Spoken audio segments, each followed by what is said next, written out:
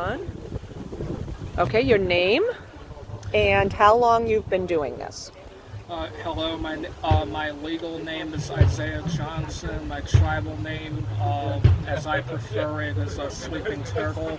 I do have more than one name. We'll do that another time, but Sleeping Turtle is what I'm most comfortable with. And how long have you been involved in this? Well, I've been involved really not just with the indigenous community, but playing music since I was about 13 years now. So I started when I was 14. Yeah, I started playing music when I was 14. Really as another way to learn, because my middle school music teacher told me that we learned to play an instrument, it develops different brain stems. Because when you're learning the physicality and the science of the instrument, you can apply it to every other form of academia. But this is where knowing where the instrument comes from, what culture, what continent, what country, or what name is it known by the people who invented it, little stuff like that goes a long way. Absolutely, absolutely. Can you tell me what you have in your hands here? Well, just so nobody's confused, these are more modern interpretations of the Native American flute. This big one is, we did have wind instruments that are really low, but those are more in the didgeridoo family. The Maya, our family in Guatemala had those, and they're still trying to find out how the didgeridoo got from Australia to Guatemala somehow, but it's one of my favorite instruments. However, these two are made by the High Spirit Flute Company. I think they're from Patagonia, Arizona. So every flute sounds different. I mean, we'll get into materials like that another day, but they all have a different personality depending on their size, their dimensions, and what notes they have. Like this big one, I think of as being a whale, if it was caught on camera earlier. This medium one, I think of as being more of like a male category, like a baritone range. And then this smaller one would be more in the tenor or the women's soprano range. But I use them for almost like different paint brushes or different colors, different herbs or different wands, for people who are into New Age medicine or follow more of a European form of paganism. But yeah, without getting into religion or politics, I do think of different flutes as different tools to invoke different feelings from the listener. And if we ever do this again, I'll show you the devices I use on the floor, which I think of as different herbs or different colors, almost like painting with the sound. Great. Can you actually do a sample of each one? Yes. A little sample? All right, we'll start up high and go down low. They make flutes larger than this and smaller than this, so there's a large family, to cover. I don't have every one yet. They're beautiful though. Yeah. The carvings, we can see like the carvings in them. And one more thing. If you ever get into playing flute, don't let the carvings or the decorations fool you. Those are purely cosmetic. It's the wood and how the flute is made that makes a difference. However you decorate it is up to you, but as long as you don't jam anything in the holes or the openings, you're fine. Great. All right. Good advice. Good advice. Yeah. All right, so this is in the key of A.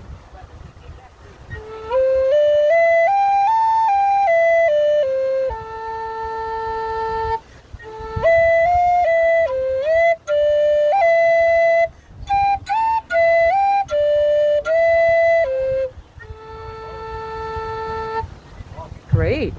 So think of this one more in the violin or the mandolin range. A little bit lower into the viola if you're into European classical music. This medium one is in the key of E, so think of a guitar or a cello. Okay. And whenever I huff into it, I'm just blowing the wetness out. It has to be dry or have zero wind in order to work properly. This is why I don't often like playing outside. Yeah. I love Mother Nature, but I'm at the mercy of the wind. Absolutely, especially today. Yeah. Oh.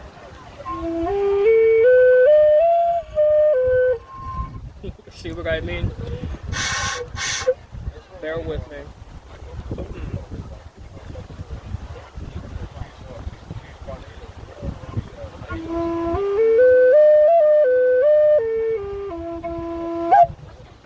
Neat, very neat.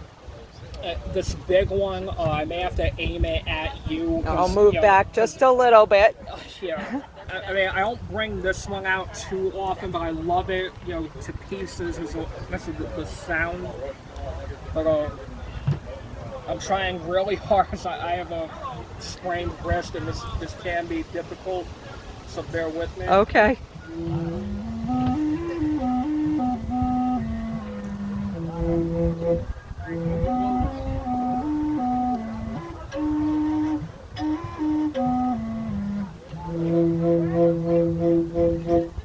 So think of this big one like a bass guitar didgeridoo or the upright bass in an orchestra.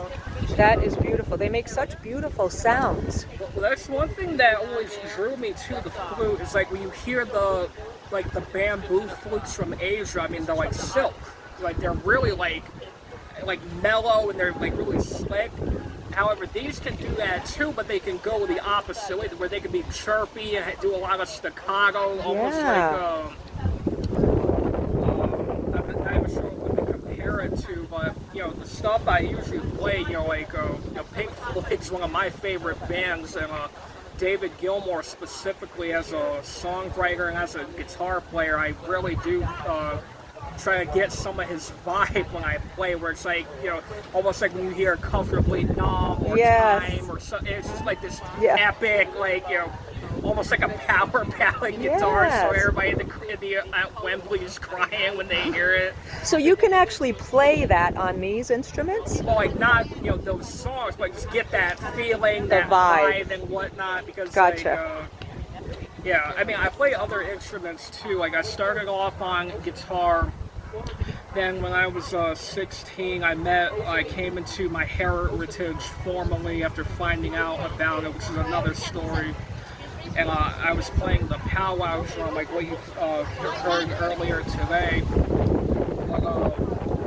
After that, I started playing the bass guitar because I was playing in more bands. And then when I came to the flute, after already having more of a musical academia in terms of theory and technique, playing the flute, once I had one that was made properly, was butter, right? Because one thing I have to admit to all of you is like the Native American flute, and I'm not kidding, is the easiest instrument to play. I've had people pick this up and within 5 minutes they're already playing. Really? I'm not kidding. I did So there's hope for me.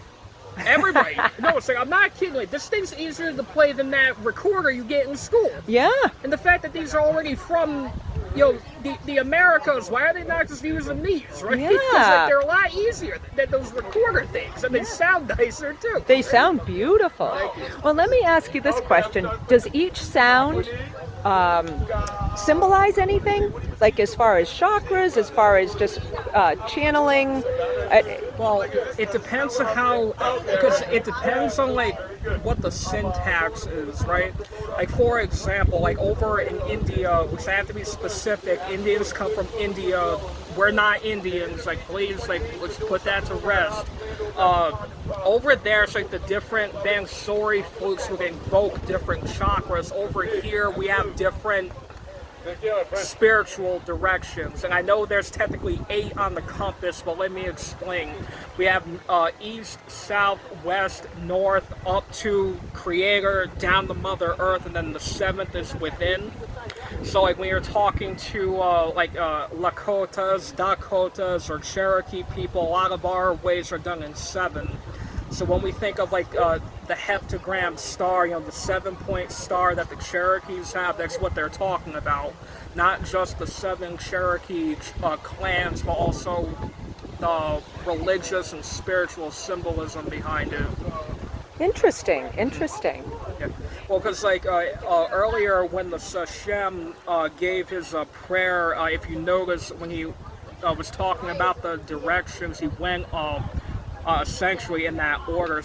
East when the sun comes up, south when the sun is in at noontime, and then setting in the west when it goes down, and then it rests up in the north like overnight is to come up in the east again, because the sun is traveling clockwise to the left. That's why when we're using our sacred pipe, we pass it to the left, or anybody who lived through the 60s, that's where that custom comes from. But a lot of people don't understand or know about the science behind it, that you're invoking those 7 spiritual directions, whereas when you burn the herb, inhale it, and also breathe it out, that's our way of thinking of energy that we can see. As it blows off into the wind, it's dispersed, to whoever needs it. I mean, I personally don't smoke because I'm an asthmatic. I've never smoked it. That's just my preference. But that's why I go and talk to people who are into 60s music or counterculture stuff. That's what they're doing when they're in their circles. Right. Yeah. So let me ask you one last question. Is there anything that you want the viewers to know about you, or is there anything that we didn't talk about that you think is important to know about what is going on here today? Well,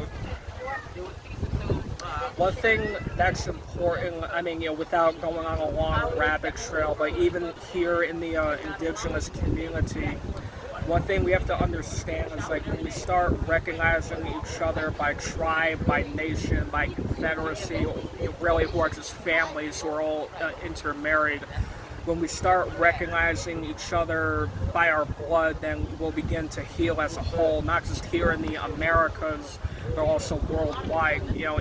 We all have our beliefs and our preferences, but our blood is one thing that will be remembered when we're all gone. Like when they find our graves or our ashes and they test them, even though the blood's no longer there, the DNA is. And that's one thing that'll go in the record books for who we are, even if they don't know our name. Absolutely. So I encourage all of you, just, for me, not only me being an educator and an independent one, but recognize each other by your blood, your name, your ancestry, your nationality, and your culture, because if we keep thinking human beings are colors, we're not going to get anywhere. Absolutely.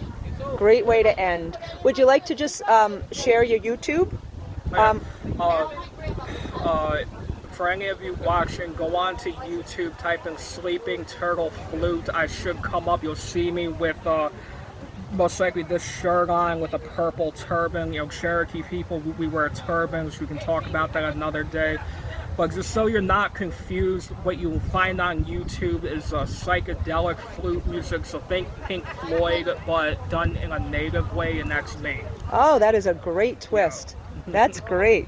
Yeah, so Sleeping Turtle Flute, or if you have Instagram, at Sleeping Turtle Music, there's a link on my to my YouTube there. So if you have questions or want to book a interview, class, or ceremony, ritual, whatever your take is, just send me a message and we'll talk.